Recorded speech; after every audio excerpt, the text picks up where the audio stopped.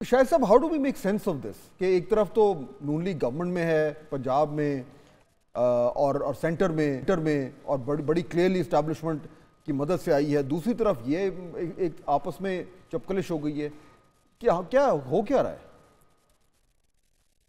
نہیں، بڑی عجیب بات ہے اور میں یہ سمجھتا ہوں کہ مسلم لیگ نون کی جو لیڈرشپ ہے شہباز صاحب اور نواز شریف صاحب، ان کو اس بارے اس کا نوٹس لینا چاہیے اور اس معاملے کو ختم کرنا چاہیے۔ اس سے بہت ایک عجیب تاثر ایک رولنگ پارٹی کے بارے میں قائم ہو رہا ہے اور حکومت کے بارے میں قائم ہو رہا ہے، اور یہ انہی باتوں کی تصدیق ہو رہی ہے جس کی بات دوسرے لوگ کر رہے ہیں۔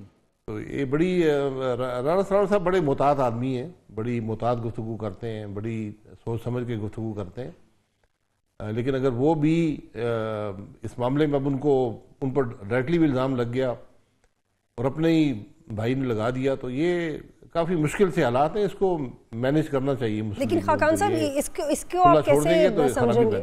جی، لیکن آپ اس بات کو کیسے سمجھیں گے کہ ایک طرف نون لیگ ججز خط کیس میں فریق بنتی ہے، دوسری طرف ابھی رانا ثناء اللہ کہہ رہے کہ 90 کروڑ کا ثبوت ہے تو سامنے لے کے آئے، حالانکہ دونوں جو مسائل ہیں وہ ایک ہی پیرائے میں۔ دیکھیں، ثبوت کی بات تو یہاں تو جو رانا اپنے جب لطیف صاحب نے کہا ہے وہ تو یہ کہا ہے کہ پیسے دے کر شاید ہروایا گیا یا کوئی ایسی بات کی ہے، یا جتوایا گیا پیسے لے کر، وہ ایسی باتیں ہیں۔ تو میرے خیال ان کو یہ بات نہیں کرنی چاہیے اپنے ایک کلیگ کے بارے میں، اگر کوئی ثبوت نہیں ہے تو نہیں کرنی چاہیے۔ میں ہمیشہ کہتا ہوں کیا سارائی سے بچنا چاہیے، اور خاص طور پہ جب یہ وہ نجی محفل میں یا نجی طور پہ رانا صاحب سے بات کر لیتے تو بہتر ہوتا۔ یہ پبلک میں جا کر اس قسم کی بات چیت ہمیشہ نقصان ہی پہنچاتی ہے۔ شاہد صاحب اس میں پرابلم اور زیادہ جو مجھے نظر آ رہا ہے نا وہ یہ ہو رہا ہے کہ جاوید لطیف صاحب کی جو پی ایم ایل این کی جو انٹرنل سیاست ہے اس میں جاوید لطیف صاحب کا بڑا کلیئر پوزیشننگ ہے، وہ نواز شریف صاحب کے ساتھ ہمیشہ سے جڑے ہوئے ہیں، شہباز صاحب سے ان کا کافی ایشوز بھی رہے ہیں، پبلکلی بھی رہے ہیں۔ جب وہ یہ بات کرتے ہیں تو obviously وہ لنک ہوتی ہے میاں نواز شریف کی طرف سے، اور پھر ایک تاثر یہ بنتا ہے کہ all is not well، Mian Nawaz Sharif خوش نہیں ہیں، جو یہ ڈسپنسیشن ہے وہ شاید خوش نہیں ہیں کہ جس طریقے سے اسٹیبلشمنٹ کی مدد سے ان کی جماعت کی گورنمنٹ بنی ہے اس سے ان کو سیاسی طور پر نقصان ہو رہا ہے، شاید وہ یہ بھی خوش نہیں ہیں کہ ان کا اب کوئی وہ رول نہیں رہا، وہ وزیر اعظم نہیں بن سکے، جو بھی ہے ان کی کوئی رنجش ہے۔ تو لگتا یوں ہے کہ جاوید لطیف صاحب کی باتوں سے میاں نواز شریف صاحب کا جو تھاٹ پروسیس ہے وہ ریفلیکٹ ہو کر سامنے آ رہا ہے۔ That becomes a but alarming. یہ بات بہت سے لوگ یہ بات کرتے ہیں، لیکن حقائق سے ہم پردہ پوشی نہیں کر سکتے۔ یہ جو حکومت بنی ہے میں نہیں سمجھتا میاں نواز شریف صاحب کی مرضی بغیر بنی ہو۔ وہ اس پارٹی کے روح رواں ہیں، اس پارٹی میں تمام فیصلے ان کی مرضی کے مطابق ہوتے ہیں۔ آج ان کے بھائی وزیر اعظم ہیں، ان کی بیٹی چیف منسٹر ہیں، تو اس میں اسٹیبلشمنٹ کیا کر سکتی ہے، اور کیا کر سکتا ہے؟ یہ تو آج ان کی جماعت برسر اقتدار ہے۔ اس میں اگر وہ وزیر اعظم خود بننا چاہتے تو یہ بھی میرے خیال میں کوئی اس میں رکاوٹ نہیں تھی، لیکن جو اس قسم کی باتیں جو سینئر لوگ پارٹی میں کر رہے ہیں اور اس کو روکا نہیں جا رہا، تو یہ عجیب سی بات ہے، خاص طور پر ایک رولنگ پارٹی کے لیے یہ بہت امبیرسمنٹ کریٹ ہوتی ہے۔ اور اس کی وجہ سے یہ بھی ایک تاثر آ رہا ہے شاہد صاحب کہ یہ بنیادی طور پر جماعت کے اندر اسٹیبلشمنٹ کے اوپر ایک ڈفرنس آف جو اوپینین ہے وہ سامنے آ گیا ہے کہ کچھ لوگ اس نون لیگ کے اندر پرو اسٹیبلشمنٹ معاملات کو لے کر آگے چلنا چاہ رہے ہیں، اور دوسری طرف جو ہے وہ ایک روایتی جو اینٹی اسٹیبلشمنٹ لائن تھی وہ بھر کر سامنے آ رہی ہے۔ پیپل آر فیلنگ کہ جی ہمیں سیاسی طور پر بڑا نقصان ہو رہا ہے، تو رول آف دی اسٹیبلشمنٹ پہ کے اوپر نون لیگ کے اندر ہی جھگڑا پڑ گیا ہے۔ نہیں، میرا نہیں خیال کوئی ایسی بات ہے، میں نے کبھی ایسی لائنز جماعت میں نہیں دیکھی ہیں جو اس ایشو پر ہوں۔ جو بھی ہے یہ معاملہ، اس کو میرے خیال ہے اس سے نقصان جماعت کا بھی ہو رہا ہے، جو لیڈرشپ کا بھی ہو رہا ہے، اور ملک کا بھی ہو رہا ہے۔ جب ایک برسر اقتدار جماعت ہی آپس میں لڑائی جھگڑا کرتی نظر آئے گی، اس پر الزامات لگاتی نظر آئے گی، تو پھر کیسے معاملہ آگے چلے گا؟ بٹ شاہد صاحب جو رول آف دی اسٹیبلشمنٹ ہے، اگر میں اسی پہ واپس آ جاؤں کہ اب اس وقت جو معاملات ہیں، آپ کی جماعت بھی لانچ ہونے جا رہی ہے، آپ کی بالکل ایک کلیئر پوزیشن ہے جو ہمیں سمجھ آ رہی ہے کہ آپ نے ایک سپیس دیکھی ہے کہ ایک اس طرح کی جماعت آئے جو کہے کہ اس ملک کو نارملائز ہونے کی ضرورت ہے، اور اس طریقے سے جیسے ہماری سیاست ہو رہی ہے یہ ڈس فنکشنل ہو گئی ہے اور سسٹم ایسے کام نہیں کر سکتا. لیکن اگر اس ڈس فنکشن کو ختم کرنا ہے، پولرائزیشن کو ختم کرنا ہے، لوگوں کو آپس میں بٹھانا ہے، تو وہ بھی اسٹیبلشمنٹ کے بغیر نہیں ہو سکتا. تو بات گھوم پھر کر پھر اسٹیبلشمنٹ پر ہی آ رہی ہے کہ they are the central players, اور انہی کو انیشیٹو لینا پڑے گا اگر ہم نے ملک کو نارملائز کرنا ہے. Is that a fair assessment? دیکھیں، نارملائز آپ نے کس چیز کو کرنا ہے؟ جو آج ملک کے اندر نفاق ہے، جہاں سیاست گالی گلوچ میں بدل گئی ہے، جہاں سیاست نفرت کا نام بن گیا ہے، اس کو تو سولوشن نارملائز نہیں کر سکتی، یہ تو پولیٹیکل لیڈرشپ ہی کرے گی. تو اس لیے آج ملک کو یہ ضرورت ہے کہ کوئی تو بات کر سکے ملک کے مسائل کے بارے میں، ملک کے جو عوام کی تکلیف ہے اس کے بارے میں. یہ کوشش کر رہے ہیں کہ ایک ایسی جماعت ہو جو کیپیسٹی بھی رکھتی ہو، جس کے اندر کیپیبلٹی بھی ہو، کچھ تجربہ بھی ہو، اور وہ کم از کم اس سارا جو اس وقت یہ ملک کے اندر یہ انتشار ہے، سیاسی انتشار ہے، اس سے باہر نکل کر بات کر سکے. تو یہ پولیٹیکل لیڈرشپ کی ذمہ داری ہے کہ آپس میں بات کریں اور اس معاملے کو سیٹل کریں. یہ معاملہ بہت تباہی کی طرف جا رہا ہے، یقین کریں. میں نے جی خاقان عباسی صاحب ایک سوال کرنے کا تو بہتر ہوگا.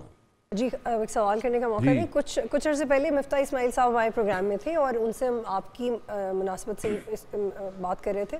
تو انہوں نے کہا تھا کہ ہم اسٹیبلشمنٹ کے ساتھ کام کریں گے، ان کے لیے کام نہیں کریں گے، جو کہ ایک بڑا بیان تھا جو انہوں نے دیا. اب میں آپ سے یہ جاننا چاہ رہی ہوں کہ اس حوالے سے آپ نے کیا سوچا ہے، آپ کے تھاٹس کیا ہیں، یہ کیسے ہوگا؟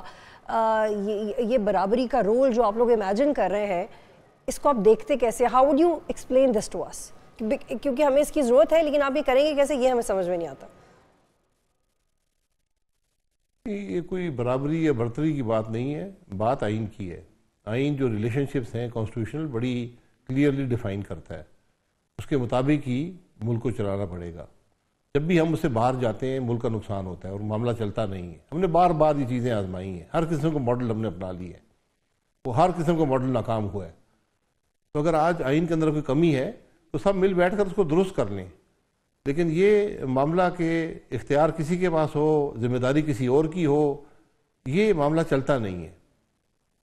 تو اس لیے آج اگر آپ نے ملک چلانا ہے تو شاید صاحب اس کو ریزالو کرنے، اس کو یہ جو ہے کہ اختیار کسی کے پاس ہے اور ذمہ داری کوئی اور لے رہا ہے، اس کو ریزالو کرنے کا کیا طریقہ ہے؟ ظاہر بات ہے جب اب آپ کی پارٹی اناؤنس ہونے والی ہے، جب باقاعدہ اناؤنس کریں گے تو آپ سے بھی یہ سوال ہوگا کہ یہ جو آپ بات کر رہے ہیں کہ ایسے ہونا چاہیے، اس کو کرنا کیسے ممکن ہے؟ نہیں کرنا کیسے ممکن ہے؟ ہم سب کا حب الوطنی کا دعویٰ ہے، تو آپس میں بیٹھیں، اس ایشو کو ریزالو کریں. یہ بات اسٹیبلشمنٹ کے اندر سے بھی آنی چاہیے اور پولیٹیشین کی طرف سے بھی آنی چاہیے کہ ہم نے ایک آئین بنایا ہوا ہے جس کے تحفظ کا ہم سب اوتھ لیتے ہیں. اگر اس میں کوئی کمی رہ گئی ہے اس کو ہم پورا کر دیتے ہیں، اس کو درست کر دیتے ہیں. لیکن یہ ممکن نہیں ہے کہ جس قسم کے ہمارے معاملات ہیں کہ ہر مرحلے پر ایک غیر آئینی اقدام کی یا قدم کی شکایت آتی ہے تو پھر معاملہ چلتا نہیں ہے. اس لیے ضرورت یہ ہے کہ آپ ملک کو ایک نظام کے مطابق چلائیں. اس میں اگر کمی ہے تو اس کو درست کر لیں، سارے بیٹھ کے درست کر لیں. لیکن جس طرح ملک چلاتے رہیں اس کے رزلٹ آپ کے سامنے ہیں. آج پوری دنیا ترقی کر رہی ہے اور پاکستان جو ہے وہ اپنے بنیادی مسائل بھی 70 سال کے بعد حل نہیں کر سکا. ہمیں یہ بھی سمجھ نہیں آئی کہ ہمارے آئینی رولز کیا ہیں، ہم نے کیا کرنا ہے، ملک کیسے چلے گا، الیکشن کیسے ہوں گے. جس ملک میں 70 سال کے بعد بھی فارم 45 فارم 47 کا جھگڑا چل رہا ہو تو یہ بڑے مشکل حالات ہیں. لیکن اگر یہ نارملائز کرنا ہے، ہمیں شاید اگر نارملائز کرنا ہے شاہد صاحب، تو پھر عمران خان صاحب کو جیل سے باہر آنا پڑے گا اور ایک نارمل ایک سیاست کرنی پڑے گی. وہ نظر آ رہا ہے آپ کو کہ وہ جیل سے ان کی رہائی ممکن لگ رہی ہے؟ دیکھیں ہر سیاسی لیڈر پاکستان میں جیل میں گیا ہے اور بالآخر وہ جیل سے باہر آتا ہے اور ہمیں پتہ چلتا ہے کہ اس کے ساتھ زیادتی ہوئی تھی اور پھر ہم اس کو عدالتوں کے ذریعے انصاف دے دیتے ہیں. یہ چیزیں ختم ہونی چاہیے. عمران خان صاحب نے کچھ کیا ہے، ان کو پروسیکیوٹ کریں، عوام کے سامنے پروسیکیوٹ کریں، ان کو سزا دیں، ایسی سزا جو عدالتیں جس میں اپیل پر بھی اس کو اس ڈیسیشن کو قبول کر سکیں، جس ڈیسیجن کو اس ملک کے عوام بھی قبول کر سکیں. تو یہ جو ساری جو ٹائمنگ ان چیزوں کی ہوتی ہے، جس طرح یہ کی جاتی ہیں، جس اجلت میں ہوتی ہیں، ہمیشہ اس کے اثرات اس کے برعکس ہوتے ہیں اور آخر نقصان ملک کا ہی ہوتا ہے. آپ نے پرانا نہ جائیں، 2018 میں دیکھ لیں، الیکشن کے عین دوران میاں صاحب کو کنوکٹ کیا گیا، ان کی جماعت کو ہروایا گیا، اور پھر وہ سارا معاملہ آج سارا واپس وہیں پہ کھڑے جہاں پر پہلے کھڑے تھے. بالکل غلطیوں سے ہم نہیں سیکھتے ہم سر، یہ تو بات درست ہے آپ کی. شاہد صاحب فائنل کوسچن. ہم نے کچھ سیکھا نہیں ہے، ہم نے سب نے کچھ سیکھا نہیں ہے. ہمیں کرسی مل جائے تو ہم کرسی کی تلاش میں، سیاستدان پر قسم سے کرسی کی تلاش میں رہتے ہیں، جس طریقے سے بھی کرسی مل جائے ہمیں قبول ہوتی ہے. اور نقصان ہمیشہ ملک نے اٹھایا، اس ملک کے عوام نے اٹھایا. شاہد صاحب فائنل کوسچن، آپ کی جماعت جو آپ لانچ کر رہے ہیں اس کا نام فائنل ہو گیا ہے؟ اور دوسرا کچھ ٹائم کب تک اناؤنس باقاعدہ طور پر اناؤنس ہو رہی ہے؟ دیکھیں، میری جماعت نہیں ہے، یہ ایک سوچ تھی کہ ایک پولیٹیکل انیشیٹو ہونا چاہیے، اور میں سمجھتا ہوں بہت ضرورت، میں نے ہمیشہ کہا کہ بہت ضرورت ہے ملک میں، کیونکہ آج جس طرف سیاست چل رہی ہے یہ تو نہ چلنے والی باتیں ہیں. تو کم از کم لوگوں کو ایک آلٹرنیٹو دیا جائے. تو یہ کوشش ہے کہ مئی کے اینڈ سے پہلے یہ جماعت لانچ ہو جائے، اور نام بھی آپ کے سامنے آ جائے گا. ابھی مشاورت وغیرہ ہو رہی ہے، پروسیس لسٹمنٹ وغیرہ کا جاری ہے.